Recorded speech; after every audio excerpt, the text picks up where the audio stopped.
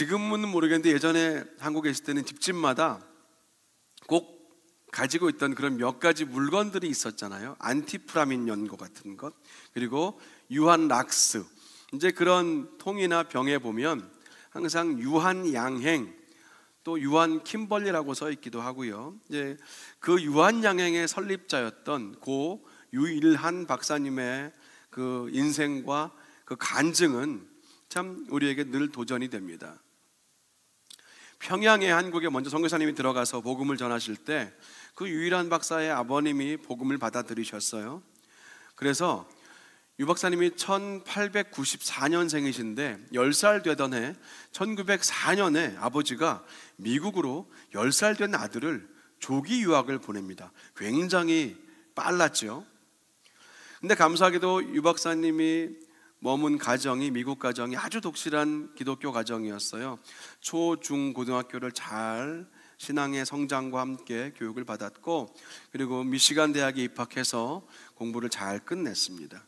그러다가 1919년에 이 고국에서 3.1운동이 벌어진 소식을 듣게 되고 필라델피아의 독립선언에 함께 동참하는 나라와 민족을 향한 마음이 미국에 있지만 늘 있던 분이었어요. 그러면서 사업을 시작했는데 그 당시에는 그 숙주나물의 원료가 되는 녹두를 좀 구하러 한국에 잠시 들렀다가요, 당시 한국이 꽤 못 살았지 않습니까? 그래서 많은 한국 우리 동족들이 그냥 미국에서 볼 때는 큰 전염병이 아닌데 당시 한국 사람들이 너무 많이 죽어가는 것을 보고 하나님께 주시는 그 사랑의 마음을 이분이 딱 품게 된 거예요. 그리고는 미국에 들어오자마자 다 여기의 삶을 정리하고 50만 달러를 여기저기서 모았습니다.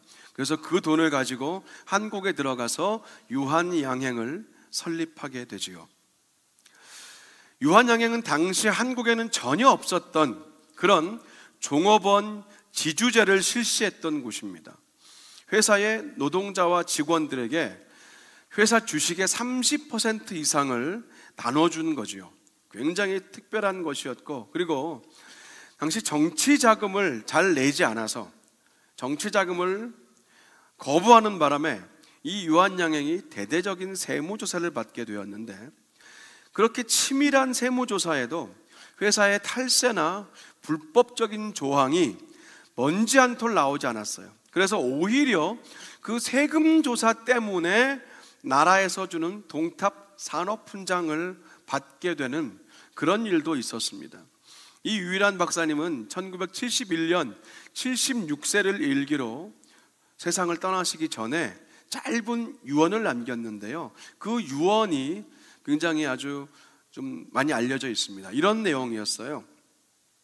아직 어린 나의 손녀에게는 딱 대학 학비까지만 지원해 주어라. 딸아, 내가 너에게는 5,000평 땅을 남길 건데 네가 돈을 열심히 벌어서 그 땅에다가 학생들을 위한 놀이동산을 만들어라. 아들아, 넌 대학까지 이미 졸업했으니 이제 네 인생은 네가 알아서 자립해서 잘 살길 바란다. 그게 끝이었습니다. 오늘도 세상은 수단과 방법을 가리지 않고 재산을 감추려고 하잖아요. 그리고 최대한 세금을 적게 내면서 재산을 상속하려고 하고, 없는 이들의 것을 뺏어서 더 가지려고 채우며 사는 것이 지금 이 세상의 모습인데, 이런 가운데서 하나님과 이 세상 안에서 정직하게 살려고 마지막까지 몸부림치셨던 그 유일한 박사님, 한 크리스찬의 빛나는 인생의 모습을 우리가 늘 들을 때마다 은혜가 됩니다. 이렇게 단순히 물질적인 유산보다 훨씬 더 중요한 정신적인, 그리고 나아가서 신앙적인 유산을 남기신 분들은 지금 이 시대도 계속 이어지고 있습니다.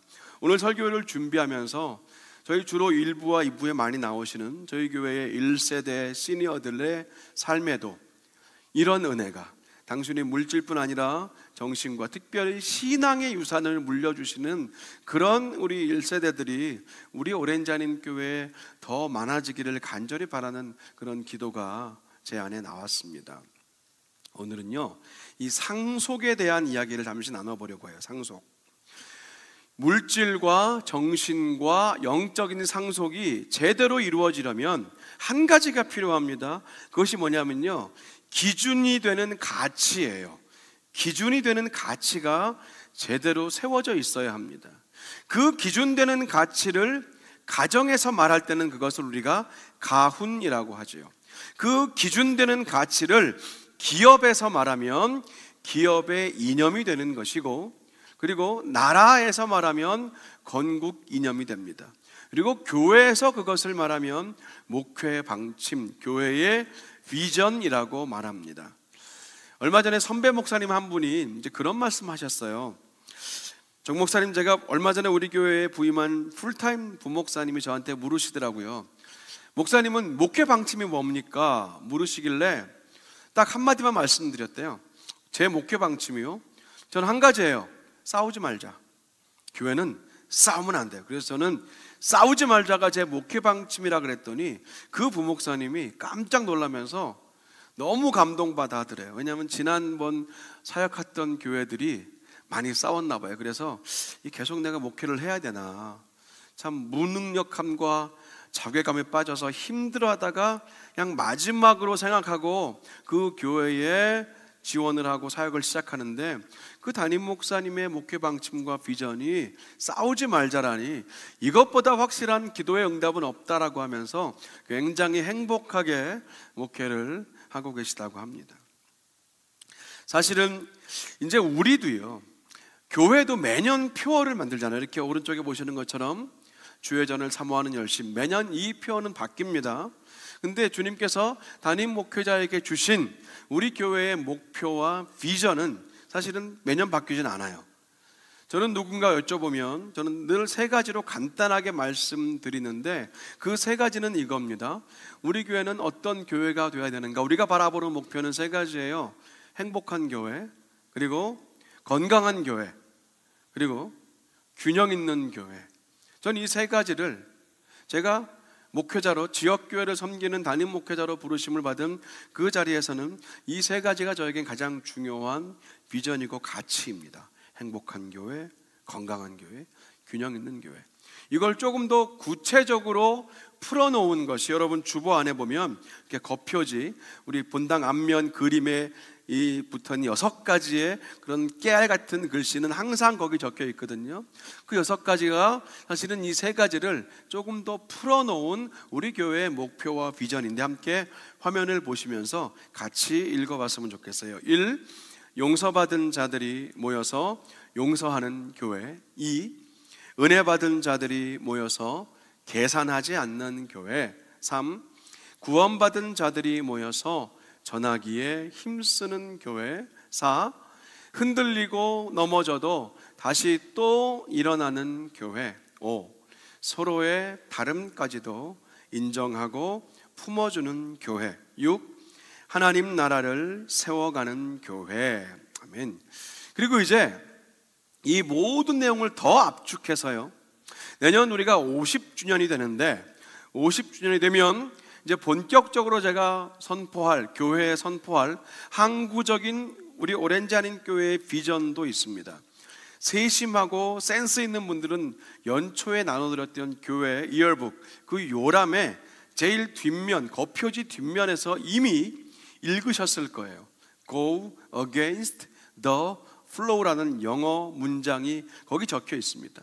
로마서 12장 2절 말씀, 너희는 이 세대를 본받지 말라라는 그 시대적인 사명을 우리 교회의 항구적 표로 잡는데, 그것을 조금 더 시각화하는 이미지로 풀어서 이 마지막 때의 거센 물살과 그 파도를 표현하고 그것을 거슬러 오르는 이미지로 Go against the flow라는 그런 항구적 비전을 조합해 받았습니다. 이제 이 내용은 조만간 더 구체적으로 나누고 본격적으로 선포하게 될 겁니다.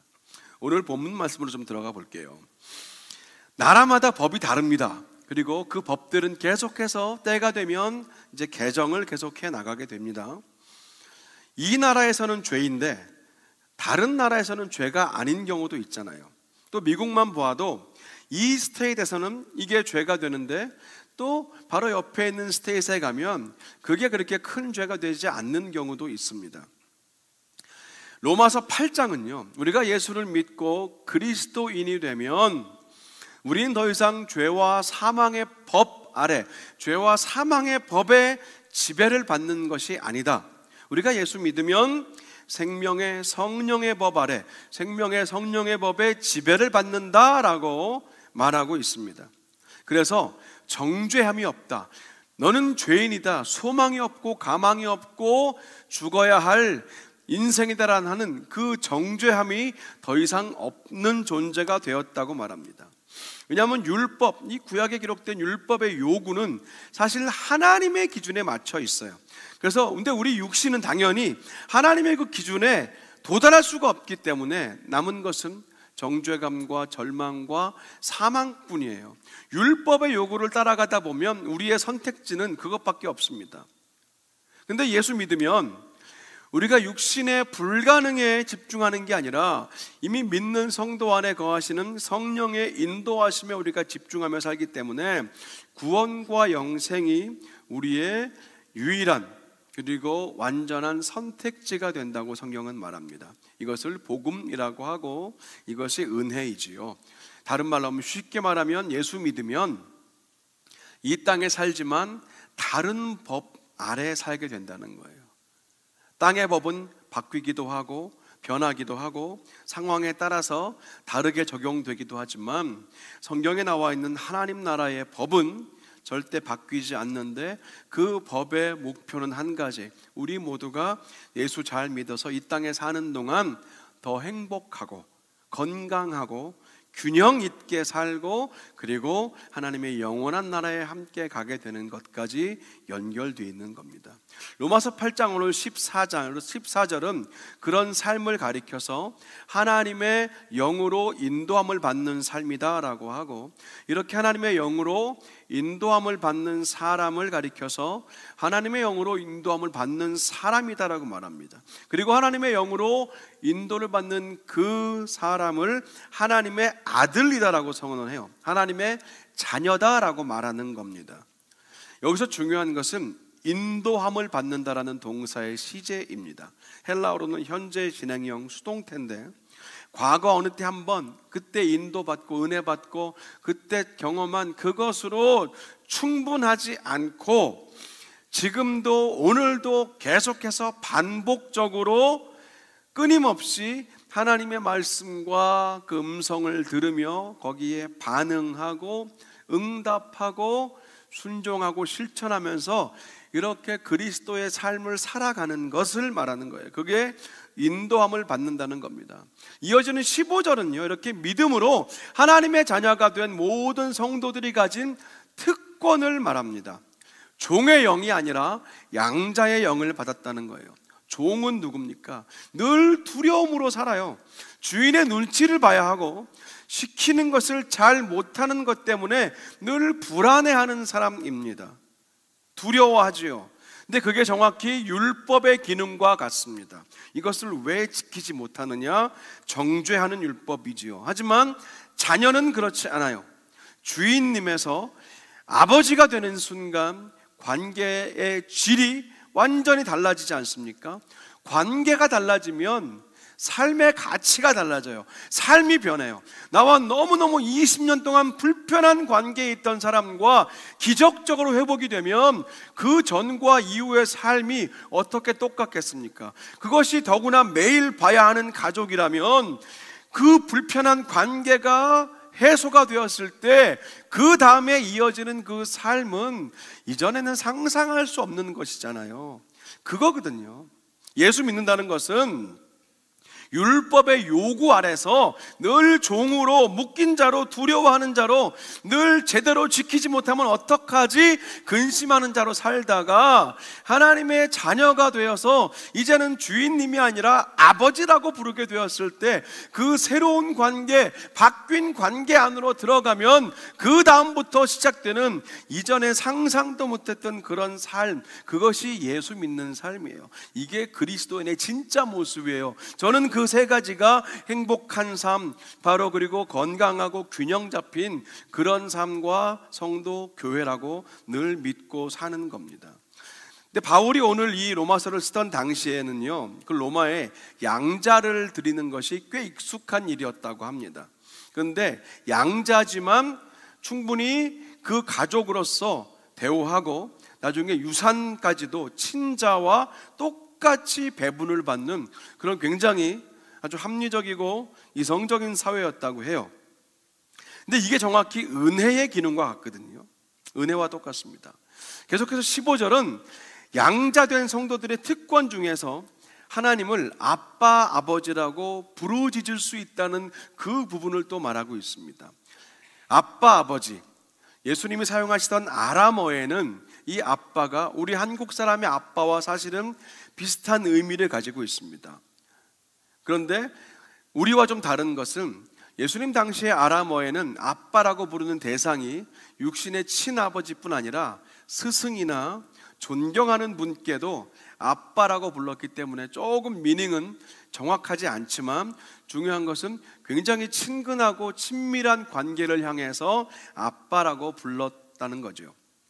특히 여기서 아빠, 아버지라고 부르짖는다라고 말할 때 이 아빠, 아버지라고 부르짖는 것이 자녀됨의 특권이라면 부르짖는다는 말의 헬라어는 크라쪼라는 말이에요. 이것은 까마귀가 깍깍 소리내는 그 까마귀의 소리를 표현한 말이거든요. 그러니까 온 힘을 다해서 다 소리를 지르는 거예요. 그게 부르짖는다. 우리의 기도의 대표적인 표현인데 바로 하나님의 양자, 자녀가 되면 이제는 아빠, 아버지라고 부르짖는 관계가 된다는 거예요. 그렇게 부르짖으면 아버지는 언제나 오셔서 찾아오셔서 그 자녀의 문제를, 어려움을 해결해 주신다는 겁니다. 이제 오늘 본문 요절인 17절로 가볼게요. 자녀이면 또한 상속자, 곧 하나님의 상속자요 그리스도와 함께한 상속자니 우리가 그와 함께 영광을 받기 위하여 고난도 함께 받아야 할 것이다. 자, 제가 오늘 설교 제목을요 좀 특이하게 잡았잖아요. 이상한 상속자, 이상한 상속자라고 잡았는데 바로 이 17절 말씀을 보면 그 이유가 정확히 기록되어 있습니다. 원래 이 상속이라는 것, 상속자는 좋은 말이잖아요. 뭔가를 상속받는 건 분명히 좋은 일이 맞습니다. 그런데 하나님의 자녀들은요, 그리스도인들은 다가올 영원한 천국과 영생을 상속받은 그런 좋은 상속도 받은 사람들이지만 그와 동시에 오늘 성경 17절은 고난도 함께 상속받은 사람들이라는 거예요. 천국의 영광과 동시에 십자가 고난까지도 함께 상속을 받았기 때문에 일반적으로 우리가 세상에서 말하는 그 상속자가 아니라 세상에 볼 때는 이상한 상속자들이라는 겁니다. 이런 영어의 표현이 있잖아요. No cross, no crown. 십자가 없이는 영광도 없다. 십자가 죽음이 없이는 부활의 영광도 없다는 이 삶, 이 길이 우리의 모습입니다. 그래서 모든 그리스도인들은 당연히 이상한 상속자가 되는 게 맞아요. 세상은요, 부모님이 남기고 떠나신 빚을 자녀들이 떠안는 것을 상속받았다라고 말하지 않습니다. 만약에 부모님이 남기신 유산보다 남기신 빚이 더 훨씬 많으면 그냥 가정법원에 가서 간단하게 상속 포기를 신청하면 돼요. 그러면 굳이 빚까지도 대신 갚지 않아도 됩니다. 그런데 오늘 성경은 말해요. 하나님의 자녀이면 하나님의 상속자요 하나님의 아들이신 예수 그리스도와 함께한 상속자라는 거예요. 그래서 예수님과 함께 영광을 받을 것인데 그것만 있는 게 아니라 예수님과 함께 고난도 받게 된다는 겁니다. 우리가 예수님의 부활을 생각해 보면 부활하신 예수님은 부활의 몸을 입으셨으나 그 손의 상처와 옆구리의 상처는 그대로 지워지지 않고 남아 있었어요. 남겨두셨다는 거예요. 그 자국과 흉터를 통해서 제자들을 설득하셨고 오늘 저와 여러분에게 이 말씀을 들려주시는 겁니다. 영광을 받기 위해서는 고난도 함께 받아야 한다. 하지만 현재의 고난은 장차 나타날 그 영광과는 비교할 수 없다라는 거예요. 우리가 그리스도인으로 산다는 것은요, 영광뿐 아니라 고난까지도 함께 상속을 받은 이상한 상속자로 사는 게 맞습니다. 예수님의 십자가는 고난이지만 그분의 부활과 승천은 영광입니다. 십자가에서만 끝나는 신앙도 그래서 문제가 있고 잘못된 것이고, 십자가 없는 영광만 계속 기대하는 신앙도 당연히 잘못된 것입니다. 베드로전서 4장 12절과 13절은 그래서 이렇게 말해요. 사랑하는 자들아, 너희를 연단하려고 오는 불시험을 이상한 일 당하는 것 같이 이상히 여기지 말고, 함께 읽습니다. 오히려 너희가 그리스도의 고난에 참여하는 것으로 즐거워하라. 이는 그의 영광을 나타내실 때에 너희로 즐거워하고 기뻐하게 하려 함이라. 아멘. 자, 이 말씀은 그런 말씀이잖아요. 우리에게 오는 여러 가지 시험들이 불처럼 뜨거워요. 그래서 성경은 불시험이라 그러는데, 그건 모두는 우리를 태우고 없애버리기 위한 공격이 아니라는 거예요. 오히려 우리를 더 견고하기 위한 하나님의 연단이라는 겁니다. 그 연단 가운데서 우리가 기뻐하고 즐거워할 수 있는 이유가 두 가지예요. 앞서 말한 것, 하나는 그리스도의 고난에 나도 동참한다. 그리고 두 번째가 그리스도의 영광에 나도 동참할 것이기 때문에 우리는 고난 가운데도 즐거워할 수 있다는 거예요. 그게 바로 오늘 성경이 말하는 상속의 영적인 원리입니다. 이 상속은 예수 그리스도 안에 있는 상속입니다. 예수 그리스도와 함께 받는 상속입니다. 예수와 함께 고난받고 예수와 함께 영광을 받는 하늘의 상속입니다. 근데 문제는요, 누가 고난을 좋아하겠는가 하는 겁니다. 누가 고난을 좋아합니까? 누가 어려움을 좋아해요? 누가 실패와 역경을 좋아합니까? 싫어요. 왜 고난이 힘든가? 이유는 분명합니다. 고난 이후에 승리와 영광, 혹은 이 시간이 100% 좋은 방향으로, 내가 원하는 쪽으로, 내가 기대하는 것으로 이 어려움이 해결될 것이라는 확신이 없어서 힘든 거예요. 고난이 어려운 이유는 그 해결이 100% 내가 바라는 대로 되어진다는 보장이 없어서 고난이 힘들어요.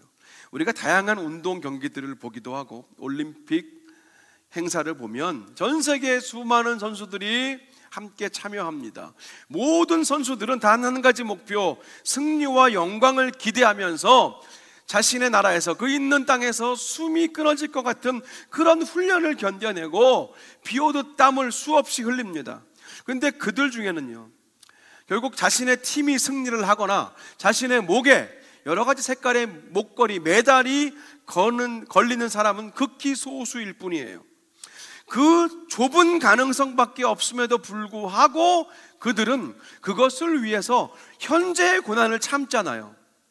힘들어도 땀 흘리고 괴로워도 숨이 끊어지기 직전까지, 내가 할 수 있는 내 근육이 버티는 그 직전까지 견디는 이유가 뭐예요? 받을 승리와 영광을 기대하면서. 그런데 그것은 전부 다 보장된 게 아니에요. 극소수예요. 그런데도 그렇게 하잖아요. 이렇게 확실한 승리와 영광이 보장되지 않은 것을 위해서도 지금 이 땅에 많은 사람들은 고난을 참고 견디고 있다는 말입니다. 하지만 그렇다면 반대로 확실한 승리가 보장된, 확실한 영광이 보장된, 100% 긍정적인 결과가 보장된 일이라면 우리가 얼마든지 다 잘 견딜 수 있지 않을까 하는 겁니다. 충분히 상식적이고 일상적인 생각을 할 수 있잖아요. 우리가 왜 그런 생각할 수 있냐?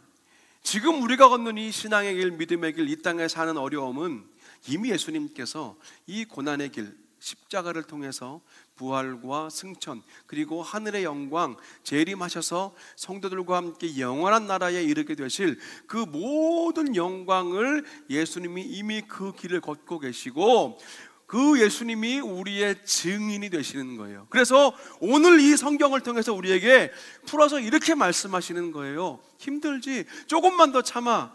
숨차지? 조금만 더 참아. 100% 확실하게 보장되어 있는 승리와 영광이 있어. 이 땅에서의 승리와 영광은 좁아요. 소수만 누릴 수 있지만 모든 믿는 그리스도인들은 다 누린다는 거예요. 이게 예수님의 복음이고 하나님의 은혜라는 겁니다. 성경은 분명히 고난은 영광에 이르는 길이라고 말해요. 성도들의 고난과 영광은 예수님과 연결되어 있다고 말합니다. 그렇기 때문에 그리스도인들은요, 고난과 영광을 따로 떼놓고 생각하는 사람이 아니에요. 어떻게든지 고난은 피하고 영광만 얻으려고 하는 사람들이 아닙니다. 그리스도인은 지금 내가 예수님 가신 그 길을 가고 있는가? 지금 예수님이 나와 함께 계시는가? 지금 나는 예수님 안에 있는가? 끊임없이 이것을 반복적으로 지속적으로 확인하면서 사는 사람이에요.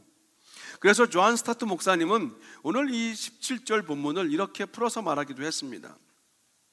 제자도의 본질은, 즉 예수님을 닮고 예수님을 따라가는 그 제자됨, 그 제자도의 본질은 그리스도 예수와의 연합이며, 이것은 고난에서나 영광에서나, 즉 예수님이 받은 영광만 연합하고 고난은 외면하는 게 아니라 고난에서나 영광에서나 그분과 일체가 된다는 의미라고 조한 스타트 목사님은 말씀했거든요. 전 여기서 우리가 오늘 성경이 말하는 메시지를 확실하게 붙들어야 합니다. 고난도 주와 함께, 영광도 주와 함께, 이거예요. 함께 따라해 보실래요? 고난도 주와 함께, 영광도 주와 함께. 그것만 기억하시면 돼요. 우리 그리스도인들은요, 고난은 최대한 피하고 영광은 최대한 쫓아다니는 사람들이 아니에요. 그런 비겁한 자들이 아닙니다. 그리스도인은 고난 가운데 함께 하시는 예수님을 발견해내고야 마는 사람들이에요. 내가 숨쉬기 힘든 물과 같은 시간을 지날 때에도, 내가 내 삶을 다 태워버릴 것 같은 불과 같은 고난의 삶을 지나갈 때에도, 그때도 예수님이 나와 함께 하심을 믿고 걷는 사람이 그리스도인이에요. 여러분 어떠십니까? 영광은 구하면서 고난을 거절하고 계시진 않습니까? 천국의 면류관은 구하면서 십자가는 거절하고 계시진 않습니까? 기도 응답과 기적은 구하면서 정작 기도의 수고는 하지 않고 계시는 건 아닙니까? 교회에다가 이것저것 온갖 것 바라는 것 많아요. 이것도 해달라 저것도 해달라. 그런데 정작 내가 하나님의 교회를 위해서 무엇을 하고 있는가? 섬김은 아무것도 하지 않는 그런 염치 없는 그리스도인 아니십니까? 오늘 성경은요, 우리의 이름이 예수님과 함께 공동 상속인의 이름에 올라가 있다고 말하는 거예요. 우리는 공동 상속인이에요. 그런데 예수님과 함께 받을 우리의 상속에는 영광만 있지 않고 고난도 있다는 겁니다. 복음 때문에 예수님 전하다가 지금도 선교사님들이 무슬림권에서 전 세계에서 그 한 사람에게 복음 전하기 위해서 치열하게 억울함도 견디고 모든 삶의 불편함도 견디며 살고 있는 것이고, 하나님의 영광과 주님의 몸된 교회를 위해서 그래서 또 참고 견디고 하고 싶은 말, 그 많고 많은 말들이 있지만 예수님 생각하면서 침묵하고 인내하며 사는 거예요. 이게 성숙한 거라고요. 못난 게 아니라, 바보가 아니라. 그런 성도들이 많은 교회가 행복한 교회, 건강한 교회, 균형 있는 교회예요. 이 세대를 거슬러 올라가는 Go against the flow, 바로 그런 살아있는 교회입니다. 그런 교회가 우리 오렌지 아닌 교회가 될 줄로 믿습니다. 아멘입니다. 아멘. 이제 벌써 60대가 초반이 되신 분이에요. 한국의 시인 중에, 기독교 시인 중에 뇌성마비로 아주 어렸을 때 의사의 의료 실수로 몸을 못 쓰게 된 그런 송명희 권사님이 계십니다. 이분의 쓴 시는 우리가 많이 찬송으로도 고백하고 있지요. 나 가진 재물 없으나 공평하신 하나님부터 시작해서 예수 그 이름 나는 말할 수 없네. 참 많은 우리 시가 찬양이 되게 하신 분인데, 저는 그분이 썼던 시 중에서 오늘 말씀과 일맥상통한 그 시 하나 발견했습니다. 제목은 이런 거예요. 고난의 선생님께 드리는 편지. 송명희 원사님 말씀하시는 고난의 선생님은 예수님을 말하는 거예요. 이미 나의 자신의 그 고난을 먼저 담당하신 분이기 때문에 고난의 선생님을 예수님으로 비유해서 그분께 드리는 편지를 이렇게 적었는데 그 편지의 일부분을 말씀드리고 예배를 마치겠습니다. 설교를 마치겠습니다. 사실 저는 선생님을 쫓은 후에도 고난은 저를 떠나주지 않았습니다.